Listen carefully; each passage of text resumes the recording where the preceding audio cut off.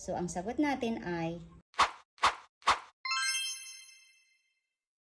For today's video, ang topic natin ay dividing fractions. Paano ba ito gawin? May 5 rules na dapat nating sundin. Una, keep the first fraction. Pangalawa, change the division symbol to a multiplication symbol. Pangatlo, flip the second fraction to its reciprocal. Pang-apat, multiply the fractions. At pang-5, simplify the fractions if needed. O para mas madali, tandaan lang ang 3 words na ito. Keep, change, at flip. I-apply na natin siya ngayon dito sa ating example. 1/2 divided by 4/6. Gaya ng sinabi ko kanina, 3 words lang ang dapat yung tandaan. Keep, change, at flip. So, una, keep. I-keep natin ang unang fractions. Pangalawa, i-change natin ang division symbol to multiplication. At pangatlo, flip. Babaliktarin lang natin ang fraction na ito. Ang 6 ay pupunta sa taas at ang 4 ay pupunta sa baba. Applying the multiplication rules, i-multiply natin ang both numerator. So, 1 times 6 is equal to 6.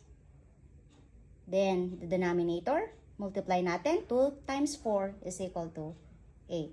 Simplified na ba itong fractions na ito? Hindi pa, diba? So, hanapin natin kung anong greatest common factor nila. Anong sa tingin nyo? Okay, so divided by 2. I-divide natin ang both numerator and denominator by 2. So, 6 divided by 2 is equal to 3. At 8 divided by 2 is equal to 4. So, ang sagot natin ay 3/4. Let's have another example. 2/3 divided by 6. Now, notice, ang pangalawang number natin ay whole number. Pero huwag niyong kakalimutan, any whole number can be represented as a fraction with a denominator of 1. So, para maging fractions ito, lagyan natin ng 1 sa ibaba. Now, we will follow the steps.